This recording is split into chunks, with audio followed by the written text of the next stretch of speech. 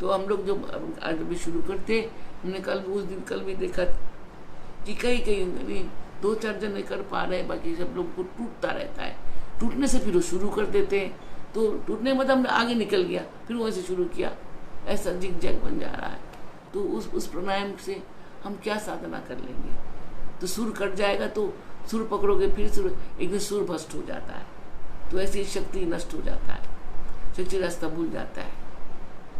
तो साधना की आप बैठिए जो में आपको आराम लगे, जिसमें मैंने पद्मासन जरूर बोला था, जबरदस्ती मत करना, पहला रोज रोज कर करके आदत बनाए, फिर पद्मासन में बैठने से, जब पद्मासन में हम बैठते हैं, इस आसन में संत क्यों बैठा है, क्यों सब देवी देवता बैठा है, कि ये आसन में सर्व सिद्धि होता है, सब चीज का सिद्धि मिलता है। तो ये आसन इतना उत्तम होता है, चेष्टा करो, नहीं होता कोई बात नहीं, जिसमें सुख। हमने कहा ना, आप लोगों को बनना थोड़ी है, आप लोगों को स्वास्थ्य रहना है, आनंदमय रहना है, ईश्वर का कृपा प्राप्ति करना है। माँ बाप अपने बच्चों को थोड़ा बोलने से माँ बाप खुश हो जाता है। माँ बाप को स्तुति करोगे नहीं करोगे, फिर भी माँ बाप हमें प्यार करेंगे। जो ईश्वर है, हम उनका संतान है, वो हमारा तोते बोले से आज चेष्टा करने से खुश हो जाता है। लेकिन जितना परफेक्ट होता है उसे हमारे लिए अच्छा होता है। ठीक है, परफेक्टनेस अच्छा होता है। चलो शुरू करते हैं, प्राणायाम शुरू करते हैं। 1 2 3 4 5 6 7 8 9 10 11 12 13 14 15 16 1 2 3 4 5 6 7 8 9 10 11 12 13 14 15 16 17 18 19 20 21 22 23 24 25 26 27 28 29 30 31 32 33 34 35 36 37 38 39 40 41 42 43 44 45। फिर से दूसरा नाक से 1 2 3 4 5 6 7 8 9 10 11 12 13 14 15 16 1 2 3 4 5 6 7 8 9 10 11 12 13 14 15 16 17 18 19 20 21 22 23 24 25 26 27 28 29 30 31 32 33 34 35 36 37 38 39 40 41 42 43 44 45। ठीक से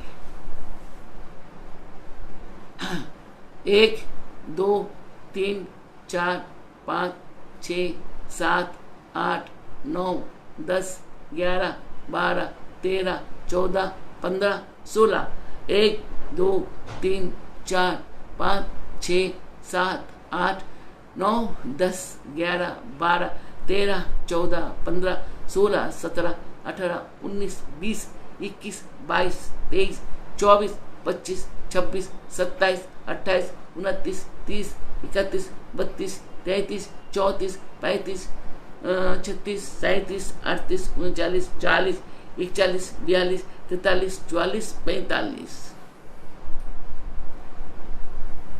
फिर से 1 2 3 4 5 6 7 8 9 10 11 12 13 14 15 16 1 2 3 4 5 6 7 8 9 10 11 12 13 14 15 16 17 18 19 20 21 22 23 24 25 26 27 28 29 30 31 32 33 34 35 36 37 38 39 40 41 42 43 44 45। थोड़ा सांस ले लो, आराम कर लो, कोई बात नहीं, थोड़ा शरीर को ऐसे कर लिए, फिर शुरू करते हैं। 1 2 3 4 5 6 7 8 9 10 11 12 13 14 15 16। 1 2 3 4 5 6 7 8 9 10 11 12 13 14 15 16 17 18 19 20 21 22 23 24 25 26 27 28 29 30 31 32 33 34 35 36 37 38 39 40 41 42 43 44 45। फिर से दूसरा नाक से 1 2 3 4 5 6 7 8 9 10 11 12 13 14 15 16। 1 2 3 4 5 6 7 8 9 10 11 12 13 14 15 16 17 18 19 20 21 22 23 24 25 26 27 28 29 30 31 32 33 34 35 36 37 38 39 40 41 42 43 44 45। 7 बार हुआ। और आज हम लोग बढ़ाएंगे, कल भी हम 7 किए थे ना, आज अभी थोड़ा बढ़ाएंगे, 2 बढ़ाएंगे भैया, 2 प्राणायाम बढ़ाते हैं। फिर से 1 2 3 4 5 6 7 8 9 10 11 12 13 14 15 16। 1 2 3 4 5 6 7 8 9 10 11 12 13 14 15 16 17 18 19 20 21 22 23 24 25 26 27 28 29 30 31 32 33 34 35 36 37 38 39 40 41 42 43 44 45। आप सांस बड़ा बड़ा ले लो। आज हम लोगों ने 2 बढ़ाए तो थोड़ा सा और भारी लगेगा। कल हम लोग पूरा 10 करेंगे, 12 एक वजन 12 करेंगे। 12 के बाद हम लोग थोड़ा थोड़ा 12 से हमने 12 में एकदम से कोशिश करें 60 तक जाने का। 60 तक जाएंगे तो फिर हो जाएगा 64 4 दिन के अंदर हो जाएंगे। कल हम लोग को छुट्टी है, कल जन्माष्टमी आप लोग जानते हैं। हम लोग कल बनाएंगे रात में 12 बजे अष्टमी रहेंगे, इसलिए कल हम लोग वो करेंगे। और जो साधक को जो साधना करना चाहते हो, रात का 12 बजे जब कृष्ण जन्माष्टमी का समय होता है, वो आधा घंटा पहले करीब 11:30 बजे के अकेले स्थान में बैठ के, ये मुहरात्रि है, कल आप लोग साधना करिएगा। और 4 16 8 वाला ही पूरा करिएगा, कम से कम 12 बार करिए या 24 बार करिए। समय कम हो तो 12 बार ही कर लेना। और जैसा मैंने आप लोगों को पुराना वाला जो सिखाया उस लय से करके आप लोग जाप करिए खूब कि ये मोहरात्रि है। हम लोगों को 4 रात्रि, काल रात्रि जो दीपावली वाला रात होता है, काल रात्रि, महारात्रि शिवरात्रि को माना जाता है। ये सब दिन साधना का होता है। महारात्रि, अच्छा दारुण रात्रि होली का रात होता है। और काल रात्रि, मोहरात्रि मतलब कृष्ण जन्माष्टमी की रात होता है। इस दिन भगवान कृष्ण ने, विष्णु भगवान ने सम्मोहित कर दिया था जगत को, और भगवान श्री कृष्ण को लेके कारागार से लेके उनको यशोदा माँ के घर पहुंचाए थे, सबको सम्मोहित कर दिया था। ये सम्मोहित रात है। तो साधना में चारों काल रात्रि, मोहरात्रि, महारात्रि, 14 अरुणा, ये 4 रात्रि का बहुत मीनिंग है। ये 4 रात्रि के हम लोग अगर साधन करते हैं तो जो लोग जैसा करते, कोई पूजा करते है, जल चढ़ाता है, पानी चढ़ाता है, आरती करता है, गाना गाता है, तो साधक जो शक्ति का उपासक है, कुंडली साधना जो करता है, वो सब अंदर में करता है ना। जैसा मैंने आपको सिखाया था, अंदर मन का अंदर का साधना होता है।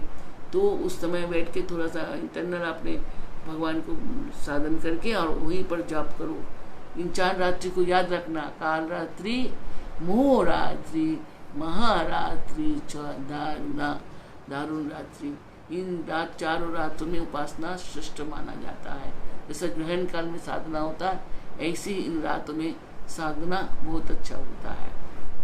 ठीक है, अब प्राणायाम के बाद हम लोग थोड़ा लय योग करेंगे। तो लय योग के लिए तैयार हो जाइए और हम शुरू करते हैं। हम लोगों ने काल हिम पर्वत से शुरू किया था, हिमालय से शुरू किया था। आज हम लोग जल से शुरू करेंगे, जल पर्वत से, जहाँ बारिश होता है, खाली जल रहता है। जल में से गीलापन से वो भी कर सकते हैं, नहीं तो कल वाला रिपीट कर सकते हैं। तो ठीक है, हम लोग कल वाला रिपीट करते हैं, क्योंकि कल वाला रिपीट करने से आप लोगों को थोड़ा अच्छा लगेगा, बहुत ही मुलायम होता है ये वाला साधना। ये हम ऊपर से नीचे ना उतरते हैं, जैसे चढ़ना कठिन होता है, नीचे से जब हम ऊपर जाते हैं बहुत कठिन होता है, ये उतरते हमें कष्ट नहीं लगता। तो कल हमने ये किया था, आज एक बार और कर लेते, कल वाला फिर रिपीट करते हैं। हम बैठिए, आप आराम से बैठ के हम लोग सोचते हैं लय योग। लय योग अर्थात हमारे अंदर जो हमारा पंचतत्वात्मक शरीर है, यह है पृथ्वी, जल, अग्नि, वायु और आकाश। तो हम लोग इन 5 तत्वात्मक से हमारी सृष्टि हुआ। इसमें 5 मेटल भी होता है, सोना, चांदी, तांबा, लोहा, और उसमें मिला के करते हैं एल्युमिनियम, आप जिसे कहते हो, या हम लोग पंचधातु भी कहते हैं, जो 5 को मिला के एक होता है। तो इन सब को हमारा शरीर के अंदर है, एक जगह में मिलता है, एक जगह में टूटता है, एक जगह में जुड़ता है, ऐसा होता है। तो इनको जब तक हम लोग स्थूल शरीर में बैठे रहेंगे तो स्थूल पूजा ही करेंगे, मूर्ति पूजा करेंगे, जप करेंगे, तप करेंगे, कवचम स्तोत्रम करेंगे, फूल पत्ते से पूजा करेंगे। लेकिन जो योगी होता है वो अपने भीतर जाके, हमारा ये देखिए 6 कमल हमारा अंदर है, 6 क्यों 9 है। इन कमलों द्वारा, इन कमल का अलग अलग पंखुड़ियाँ है, उन पंखुड़ियों में अलग अलग देवी देवताओं को निवास होता है, ऐसा होता है। तो हम अपने जो साधक जिसको हम साधते हैं, जो देवता होता है, उनको हम क्या दें कि हमारा ये हृदय कमल हमको फूल की तरह आपको चरण में दे रहे हैं। हमारा जो सांस चल रहा है, ये वायु जो है, ये मेरा बस धूप बत्ती, ये धूप से मैं आपका आरती करती हूँ। ये जो मेरा प्राणदीप है, ये आपके लिए दीपक है, कुल दीपक है, आपको इसे आपको प्रकाशमय करता हूँ। मेरा सत्कर्मों जो है, ये आपके लिए खाद्य है, नैवेद्य है। मेरा जो इंद्रिया आदि देवता है, ये आपके लिए दास दासी है, ये आपको सेवा कर रहे हैं। हमारे अंदर जो शक्तियाँ है, जो हमारा नारी है, ये सब कुछ आपका ये सामने दास दासी की तरह आपको नृत्य करके, सभी संगीत बजा के नृत्य करके आपको आनंदित कर रहे हैं। इस तरह से अपने भीतर का जो भी जो है, आप सब कुछ समर्पण कर दीजिए। ये मैं ये सब आपको चरण में दे रही हूँ, ये माता कुंडलिनी को आपका चरण में, आपका पूजन में मैं अपने एक अर्पण कर रही हूँ। अंत में मैं हूँ, जो मैं एक छोटा सा अस्तित्व हूँ, जो आपका ही स्वयं रुद्र का गर्भ से हम जन्म लेके हमारा को जीवन दिया है। ये स्थूल शरीर सब कुछ मैं आपको निवेदन कर देता हूँ। मैं अब सूक्ष्म शरीर में आया हूँ और सूक्ष्म शरीर से आपको मैं अर्चन करता हूँ। सूक्ष्म शरीर अर्थात जो जन्म लेता है, शरीर तो जन्म नहीं लेता है, शरीर जन्म ले लिया, ये कर्मों से बांध देंगे आपको। जो शरीर से काम करोगे उसी से पाप पुण्य का, कार्य अकार्य का हिसाब होगा। शरीर जैसा करेंगे उसी से आपको कर्मों से बांध देंगे। ये इसलिए कर्म शरीर नामधारी शरीर माना जाता है। नामधारी शरीर कर्म करने के लिए जन्म लेता है, वो कर्म करके आपने को उसमें बांध देता है, उसी कर्म से उनको सजाए मिलता है, उसके वजह से उनको सुख मिलता है, समृद्धि मिलता है। वो जैसा जैसा कर्म करता है उसको वैसा वैसा उसको पुरस्कार मिलता रहता है। जिस हम कर्म करेंगे वही उसको कर्म का फल माना जाता है। लेकिन उस कर्मों को कौन भोग करता है? जो आत्मा है वो निष्काम निष्कलुष है, वो ब्रह्मानंद चैतन्यानंद सर्वानंद है, वो सब समय आनंद में रहने वाला जो आत्मा है, जो किसी चीज़ को नहीं करता है, फिर भी वही जन्मों का उसमें बन जाता है। ये शरीर तो यहीं पर छूट जाएंगे, जो किया कर्म वो यहीं पर पंचतत्व में विलय हो जाएंगे, और रह जाएगा क्या, वो कर्मधारी आत्मा जो निष्काम आत्मा, वो फिर जाके उस कर्म का पनिशमेंट के लिए फिर जन्म लेंगे। क्या जन्म मिलेंगे ना आप जानते हैं ना कोई जानते हैं। उसको जब अंत में उसको लिखा झोंका होगा, उसका मुताबिक उसको पुनः शरीर मिलेंगे। तो जन्म कौन लेगा? आत्मा लेगा। वो आत्मा पनिशमेंट भोग करता है या सुख भोग करता है? उसी आत्मा को चैतन्यमय करना है। वो सोए रहता है, हमारे पास आ जाते हैं। हमारा मन, कल जो आप लोगों को मैंने 3 चक्र दिया, उसमें मन है, भाव है, भावना है, तब हर कुछ है, वो हम लोग कैसे कैसे वृत्ति में डाल देते हैं। वृत्तियाँ हैं, उन वृत्तियों में हम घूमते रह जाते हैं, निकल नहीं पाते हैं। तो वहीं पर वृत्तियों को चुन चुन के बाहर निकलना होता है कि हे जिनको आप साधना कर रहे हैं, मातृ रूपी शक्ति या पितृ रूपी शक्ति, या हम लोग या तो पुरुष देवता को पूजा करेंगे या स्त्री देवता को, तो हम सब कुछ उनको चरण में दे के, मैं जो हूँ, जो आत्मा, जो मेरा जो चैतन्य है, उस चैतन्य को निष्काम और सबसे छुड़ा लेना चाहिए। क्योंकि ये सबके अंदर बंधा हुआ है एक स्ट्रक्चर, सबको एक एक करके एक में मिला देके वो खाली हो जाता है, फिर वो गतिमान होता है। तो इसलिए जो लय योग है, लय योग का अर्थ है जो हमारा ये जो स्थूल शरीर है, जो वस्तु से बनाया गया है, माँ का घर में शरीर मिला है, इसमें मिट्टी है, इसमें जल है, इसमें अग्नि है, इसमें वायु है, इसमें आकाश तत्व है। इन सब तत्वों को उस तत्व में जब मरने के बाद हमारा क्या होता है, जब हम सांस को छोड़ देते, अब जीवित नहीं रहते, तब एक एक वस्तु एक एक में दोबारा चला जाता है, आत्मा आत्मा लोक में जाके फिर जन्म लेता है। तो इसी तरह से आप अपना अंदर को लय करिए। लय योग अर्थ है आप लोग को एक एक को निकाल के एक एक में मिला देना होता है।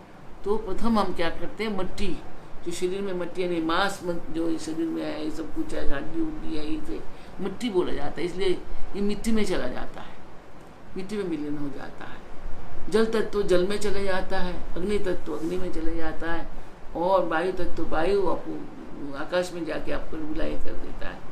तो ये सब कुछ देने के बाद जो मैं हूँ, उस मैं को साधना करने को हम बताएंगे। वो मैं पहले लय योग जाना ही पड़ेगा। कोई भी साधना करने जाओ, बिगड़ लय योग के आप अंदर नहीं जा सकते हो। कि स्थूल शरीर किसी के अंदर जाते नहीं है। स्थूल शरीर जो यही शरीर है, यही रहते हैं, यही को देख के खुश होता है, वो अंदर नहीं जाते।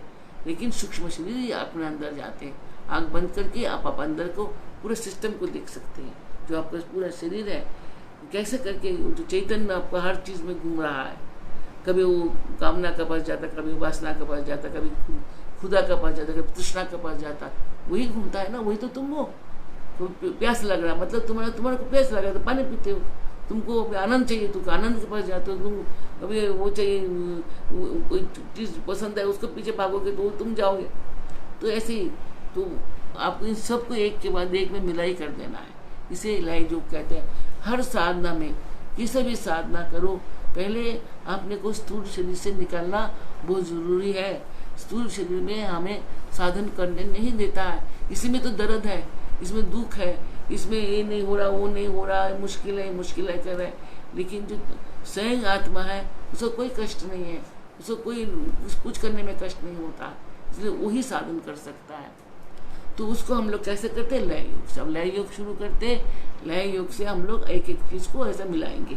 जैसे हमारा पहला मिट्टी, हमारे शरीर में जो मिट्टी है वो कैसे में जा रहा है, जल में जा रहा है। मैं कैसे कल था कि हम लोग एक हिम पर्वत में बैठा है, यानी हिमालय पर्वत में बैठे हैं हम लोग, कैलाश पर्वत में हम लोग बैठे, शिव जी के शिवलोक में हम बैठे हैं। और वहाँ चारों तरफ बर्फीली ठंडी बहुत है, दूर दूर से थोड़ा पानी दिख रहा है। तो उस कैलाश पर्वत में जगह जगह में सरोवर है। आजकल तो टीवी में आप लोग देख ही पाते हो, चाइना लड़ाई कर रहा दिखाता है, ये सरोवर वो सरोवर। ऐसा जब हम लोग कैलाश पर्वत में चढ़ गया है, ऊपर बैठ गए हैं, तो दूर दूर हमको जल दिखता है।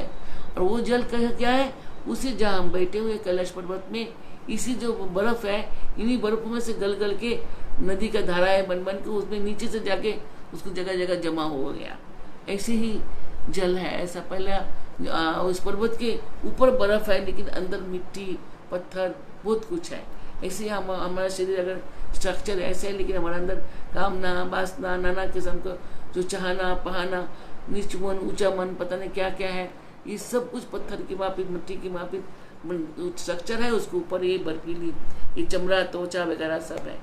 तो बर्फ़ का जैसे बर्फ़ दिल गल के निकल के जा रहा है, उसके साथ पत्थर जा रहा है, उसके साथ मिट्टी जा रहा है, सब नदियों में जा रहा है। नदी आगे जोर जोर से ऊंचाई से गिरते आस्ते आस्ते से जाते जाते जाते थे, वो जाके फिर सागर में मिलेंगे।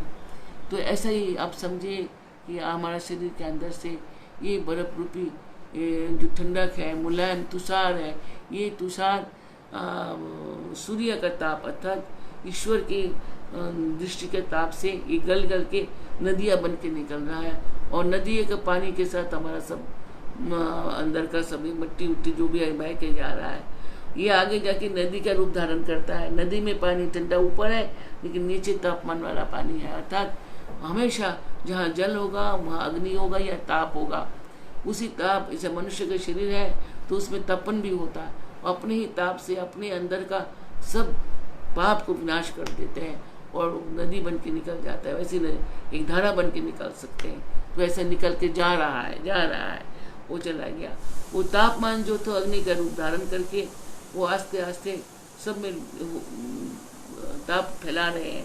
तो वो जब ताप होता है तो देखिए आग भी ऐसे कपने लगता है। जहाँ हवन वगैरह होता है देखिए कितना हवा चलता है कि जहाँ अग्नि हुआ नहीं वहाँ पवन आना शुरू कर देता है। हवन में आप लोग हमारे यहाँ भी देखते हैं, आप लोग ऐसा ऐसा करते रहते हो कि जब भी हवन में अग्नि आता है तो हवा आएंगी, ऐसे नियम है ये।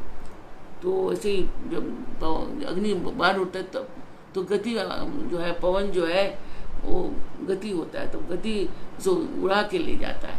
तो जब उड़ा के जाते हैं पवन के साथ हम जीवात्मा जो है आगे को जा रहे हैं, जाते जाते हम लोग अपने भीतर में ये जो हिमालय पर्वत है, आपको हिम पर्वत में नहीं जाके अपने अंदर का अपने ये सब लक्ष्य कर रहे हैं कि मेरा अंदर ही हिम पर्वत है, मेरे अंदर ही वो नदियाँ है, वो हमारे अंदर ही वो समुद्र है, तापमान है, हमारे अंदर ही वो अग्नि है, हमारे अंदर वही वायु हमको लेके ऊपर को ले जा रहे हैं और हमको फैला रहा है। आस्ते आस्ते पहला वो फैला देता है, तभी अग्नि बुझ जाता है। एक जगह में ताप जमेगा तो उसका अग्नि बनेगा और अग्नि को फैला दिया जाएगा तो बुझ जाएगा, अर्थात वो फैल जाते हैं। तो अपने अंदर का अग्नि शांत हो गया, पवन उसको तापमान को ले जाके एकदम ऊपर, वो गति है। गाड़ी में जैसे पेट्रोल डालने से गाड़ी दौड़ते हैं, ऐसे पवन हमें हमारा जीव आत्मा को ऊर्ध्व गति की ओर ले जाता है और डाके हमारा उस नाड़ी से चले पवन। इसलिए साधना से पहले हम लोगों को श्वास का भी इसलिए प्राणायाम करते हैं, सांस को चलाते हैं और सांस को ले जाके प्रेक्षागृह में, जो हमने बार बार बताया यहाँ पर हम लोगों को ये वर्ण इसका है, धूम्र वर्ण की प्रेक्षागृह में वायु को वहाँ छोड़ते हैं, हम ऊपर जाते हैं। ऊपर में हम आस्ते आस्ते आज्ञा लेना जरूरी होता है। आज्ञा में ईश्वर से हमने इतर नामक रुद्र या वहाँ पर इतर नामक है उनका, उनसे आज्ञा लेते हैं, वो हमको आज्ञा देते हैं, हम आगे को जाते हैं। सुषुम्ना नाड़ी जो दूध धारा है, दूध धारा अर्थात हमारे अंदर का स्वात्विक भाव, हमारे अंदर का सत्य भाव, हमारे अंदर का सब गुण सतगुण, वो इसलिए सफ़ेद उनका वर्ण है। उसके अंदर हम उस नदी में प्रवेश किया जहाँ सब कुछ सत्य है, उसके अंदर प्रवेश करके हम आगे की ओर जा रहे हैं। आगे द्वादश में आपने देखा होगा गुरुजी पूरा 12 पेंट वाले कमल के अंदर पद्मासन लगाए बैठे हुए हैं। सगुरु को वहाँ प्रणाम करिए, उनसे आशीर्वाद लीजिए, आज्ञा लीजिए कि हम उर्दू को जा रहे हैं, हमारा रास्ता नहीं जाए और हमें वहाँ से जब वहाँ पहुँचे तो हम आप हमारे का सत्य का वो रस अमृत हमें पिलाइए, जिससे हमारे अंदर का गुण अगुण सब शुद्ध हो जाए और हम तत्वबोध करके ऊपर से नीचे आके आपको प्रणाम कर सके। वो ऊपर जा रहे हैं हम लोग और ऊपर ये 2 देखिए चित्र दिख रहा है वहाँ, उसके अंदर से हम ऊपर जाके अपने अंतरिक्ष में सबसे ऊपर पॉइंट में हम लोग ऊपर तो थे ही, हिमम पर्वत में, पर्वत सबसे ऊपर है, उसको ऊपर आकाश ही है। तो हम आकाश में क्षत्रिय स्वरूप नील वर्ण, देखिए कितना सुंदर नील वर्ण है। आज आकाश जो लग रहा है छतरी की तरह आपको शून्य जैसा घेर लिया, 10 शून्य चारों तरफ से नीला वर्ण आपको घेर लिया है और आप जो आँख बंद करके क्या देख रहे हैं कि सतपूर्ण बर्फ जो ठंडा है, जो नरम है, मुलायम है, तुषार रुई जैसा नरम होता है, नरम है, वो आप उनकी आपके सामने वो तुषार है, रुई जैसा सुंदर श्वेत वर्ण और मुलायम और सौतभाव और सद्गुण, उसमें बैठ के आप अपने मंत्रों को जाप करना पड़ेगा। आज कल भी हम गुरु मंत्र किए थे, आज भी हम ऐम ओम ऐम हम च श्री गुरुदेवाय स्वाहा, मतलब ओम का अर्थ से शब्द को लिया और हम च गुरुकृत मंत्र जो हम जाप कर रहे हैं, वो जाप करके हम स्वाहा तक अपने श्वास को उस हिम स्वरूप पर्वत में, वहाँ जैसा तप अग्नि है, उस तप अग्नि में आप मंत्र को स्वाहा कर रहे हैं, इसलिए हम स्वाहा बोलेंगे, वहाँ नमः नहीं बोलेंगे। नमः बोलने से नम मंत्र अनापुंस हो जाता है। उस मंत्र का जाप करने से आपको किसी किस्म की शक्ति या सिद्धि नहीं मिलता है। तो आपके अंदर से प्राण शक्ति जो श्वास है, इसको आपने खींचा और उस मंत्र को जाप किया, उस मंत्र को स्वाहा तक अपने अग्नि कुंड में उसको स्वाहा कर दिया। अपने अंदर मैंने भी कहा ना अग्नि है, उस कुंड को अपने ब्रह्म अग्नि, अपने अंदर जो ब्रह्म अग्नि है उसको अंदर आप उसको स्वाहा करिए। इसी भाव से आप 5 मिनट 6 मिनट तक जाप करके मंत्र को आहुति दीजिए और आहुति दे के अंत में बहुत शक्ति को अपने भीतर में स्थापना करके हम लोग वापस जाएंगे। ये इसे कहते हैं ब्रह्म अग्नि। ब्रह्म अग्नि में ब्रह्म स्वाहा, हम ब्रह्म स्वरूप गुरु को ही स्वाहा मंत्र से शक्ति प्रदान करेंगे, गुरु हमें उस शक्ति में से प्रसाद स्वरूप दान करेंगे। तो आप लोग ओम ऐम हंस श्री गुरुदेवाय स्वाहा, ओम ऐम हंस श्री गुरुदेवाय स्वाहा, ओम ऐम श्री गुरुदेवाय स्वाहा, ये जाप करिए और आस्ते आस्ते मंत्र करिए। और बाहर चारों तरफ जैसा सब देवदासियाँ और देवताएं वो मंत्र सुन के वो लोग संगीतमय हो गया है और वो लोग नाच गाना कर रहे, गंधर्व लोग आप लोग को उत्साह दे रहा है इस हवन के लिए। ऐसा सोच के ये यज्ञ करो। ओम ऐम हंस, आस्ते को दो, ओम ऐम हंस श्री गुरुदेवाय स्वाहा, ओम ऐम हंस श्री गुरुदेवाय स्वाहा। मन मन में, मन के भीतर एक जाप करिए और जहाँ सांस आके तप रहा है सूर्य नारी के ऊपर उसको स्वाहा करिए। सूर्य मतलब अग्नि, ताप, उसके ऊपर स्वाहा करें। ओम ऐम हंस श्री गुरुदेवाय स्वाहा, ओम ऐम श्री गुरुदेवाय स्वाहा। ओम ऐम हंस श्री गुरुदेवाय स्वाहा, ओम ऐम हंस श्री गुरुदेवाय स्वाहा। ये मंत्र जाप करते रहिए और स्वाहा। अब देखिए आपका बिल्कुल यहाँ पर अग्नि जैसा वर्ण देखिए उग रहा है। देखिए आपके सामने आपका ही तप अग्नि आया और वो सामने है, आप मंत्र को उसमें आहुति दे रहे हैं, ये सामग्री दे रहे अग्नि को बढ़ने के लिए। देखिए अग्नि को बढ़ रहा है, ये नीला वर्ण का अग्नि आ रहा है सामने। देखिए एकदम नील वर्ण का अग्नि उभर आ रहा है, शाम रंग की एकदम नीले वर्ण की ये अग्नि एकदम आ रहा है आपको। इसे ठंडा अग्नि बोलते हैं, इसे शीतल अग्नि बोलता है। इसमें आप स्वाहा, ओम ऐम हंस श्री गुरुदेवाय स्वाहा, ओम ऐम हंस श्री गुरुदेवाय स्वाहा। यहाँ आपको दक्षिण मूर्ति शिव जी जरूर मिलेंगे, कल भी मिला था, आज भी मिलेंगे। स्वाहा करते जाइए। देखिए आपको सामने बिल्कुल जहाँ हवन हो रहा है हमारा मंत्र सांस का बराबर 3 नेत्र के पास देखिए शिव जी का आकृति बन रहा है। देखिए कितना सुंदर शिव जी का आकृति बन रहा है कल जैसे ही। और आप बीचों बीच इसको स्वाहा कर रहे हैं एकदम आज्ञा चक्र के आसपास। देखिए शिव जी का कितना सुंदर दक्षिण मूर्ति शिव जी के आदिदेव महादेव का आकृति बन रहे हैं। एकदम अभय मुद्रा दिखाने हुए हम लोग स्वाहा कर रहे हैं। अग्नि देखिए नील वर्ण का, ऐसे देखिए चार शिखाएं निकल रहा है इसमें से। ओम ऐम हंस श्री गुरुदेवाय स्वाहा, ओम ऐम हंस श्री गुरुदेवाय स्वाहा, ओम ऐम हंस श्री गुरुदेवाय स्वाहा, ओम ऐम हंस श्री गुरुदेवाय स्वाहा, ओम ऐम हंस श्री गुरुदेवाय स्वाहा, ओम ऐम हंस श्री गुरुदेवाय स्वाहा।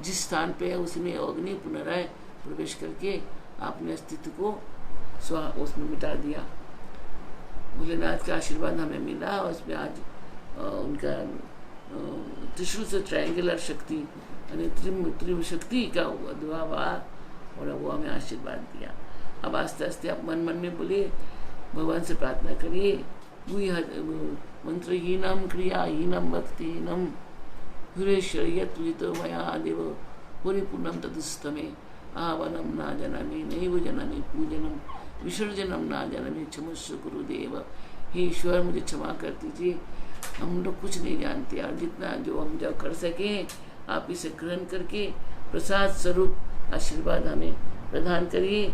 आप आपका भक्ति का हमें आशीर्वाद दीजिए और आस्ते आस्ते आप अपने को टर्न करना है जैसा सिखाते हैं रोज। आप बाएं तरफ को टर्न करके दूसरा छिद्र जहाँ है उसके ऊपर जाइए और जाके हम लोग फिर नीचे आना शुरू करेंगे। और जब नीचे आते हैं वही द्वादश में पहुँचेंगे और पहुँच के हम गुरु जी को प्रणाम करेंगे, आशीर्वाद देंगे। हम श्री गुरुदेवाय स्वाहा नमस्कार करिए उनको। हे गुरुदेव अब हम स्वरूप है और हमें सब चीज़ ऊपर से ऊपर ले जाके हमारे अंदर का सारा अंधकार को दूर करके हमें प्रकाशमय करिए, हमें आशीर्वाद दीजिए। उनके आशीर्वाद लिया, फिर हम नीचे को आया, आस्ते आस्ते 3 चक्र को बाईपास किया करके हम लोग आज्ञा में आए और आज्ञा से हम आस्ते आस्ते हम लोग नीचे आए और एक एक करके चक्र भेद करके हम नीचे की तरफ जाएंगे। हम लोग आ जाएंगे यहाँ पर अनाहत में पहुँचे,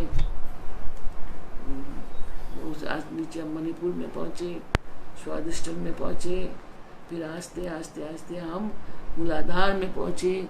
मूलाधार में ट्रायंगुलर है, उसमें 4 स्क्वायर जैसा है, उसके अंदर त्रिकोण है। त्रिकोण के अंदर में स्वयंभू लिंग जिसका गले में सर्प जो है 2.5 पेच में है और आप आस्ते आस्ते आस्ते आस्ते उसी शक्ति के मुंह पे आ गया है। ये मूल है, मूल सिंगाट है, इसमें सुषुम्ना पद से अपने बाहर निकाला, वहाँ अपने प्रणाम किया। वहाँ ब्रह्म और डाकिनी शक्ति जो है ये दोनों रुद्र हैं। यहाँ कोई और देवता नहीं रहता। इन शक्तियों चक्रों में सब भगवान शिव का ही स्थान है। यहाँ विष्णु भी शिव है, ब्रह्मा भी शिव है, सभी देवी देवता यहाँ पर शिव स्वरूप है। यहाँ शक्ति डाकिनी है जो सरस्वती है, जो ब्रह्मा की शक्ति है, ज्ञानमयी है। हम इनको प्रणाम करेंगे करके हम लोग एक एक करके मातृका जो आप लोगों को बोला था, एक एक बाएं तरफ जो मातृका है, बाएं मातृका से घूमता हुआ आप मूल का सिंगारा के नीचे आइए और आके उसमें आस्ते आस्ते हम बहिर्मुखी आ रहे हैं। आगे हम हैं, हमें आप देखिए हम बिल्कुल आगे खड़े हैं आपका और हम नीचे होके हम नीचे को जा रहे हैं। जैसे जन्म का समय में हमारा सर नीचे को होता है, ऐसे चैतन्य नीचे को आ गया। बिल्कुल सर को नीचे को तरफ समझे, चैतन्य जो होता है सर को माना जाता है। हम नीचे को गया आस्ते आस्ते, ये टनल आता है, देखिए टनल में से हम बाहर को आ रहे हैं। बाहर निकल के सामने आते हैं, आप सब मेरे साथ बाहर आ रहे हैं एक एक करके और हम लोग बाहर आ गया, मूलाधार के बाहर आ गया, जहाँ से चले थे, जहाँ से हम लोग गए थे, फिर वही वापस आए हैं। स्थूल शरीर है ये, इसको आस्ते आस्ते इसमें हम प्रवेश कर रहे हैं। स्थूल शरीर के हृदय स्थान में जहाँ अनाहत है, हम अनाहत में प्रवेश कर रहे हैं। अनाहत में प्रवेश करके हम अपने को जीवन में फिर से जैसे इंसान थे, जीवन में थे, वैसे ही बन रहे हैं। हमारा शरीर में से पैर में आस्ते आस्ते पैर में ताकत आ रहा है, फिर हमारे हाथों में ताकत आ रहा है, फिर हमारी दृष्टि में ताकत आ रहा है। सब दोबारा हम मनुष्य से आकृति में आके हम जो लय जग में यहाँ छोड़ गए थे वो सब हमारे शरीर में जल, मिट्टी, पहला मिट्टी से हमारा आकृति बन रहा है, जल से वो आकृति परिपूर्ण हो गया, अग्नि से प्राणमय हो गया, वायु से गतिमान हो गया, हम चलने लगे, हाथ पैर सब चलाने लग गया। और आकाश में हमारा जो जीवन तत्व है, जो वो मूलाधार से लेके स्वर तक, आकाश तत्व तक वो भ्रमण कर रहे, हम लोग पूर्ण इंसान स्वरूप में मनुष्य का आकृति में आ गए हैं। और यहाँ हम अपने जो गुरु जी हैं उनको द्वारा प्रणाम करते हैं, गणपति को प्रणाम करते हैं, जिन्होंने निर्विघ्न हमको लेके गया और निर्विघ्न हमको लेके आया। हरिओम तत्सत करके आप अपने आँख को आस्ते आस्ते खोलिए और दृश्य अपने चारों तरफ देखो और सर के ऊपर आप दोनों हाथ से ऐसा करके, वो मैंने सिखाया था ना ऐसा, आप रगड़ो हाथ को और अपने जितना भी तप आ गया आपके शरीर में, ये अपने हाथ में ऐसा दीजिए, फिर वही दृष्टि आएंगे जहाँ आप थे। देखिए अग्नि आ रहा है, सब कुछ आ रहा है, दाहिने नीले और पीले अग्नि आ रहा है, देखो वो भवन कुंड नजर आ रहा है। ऐसा करके आँख को सब तप आप अपने अंदर ले लीजिए, आस्ते आस्ते आँख खोलिए।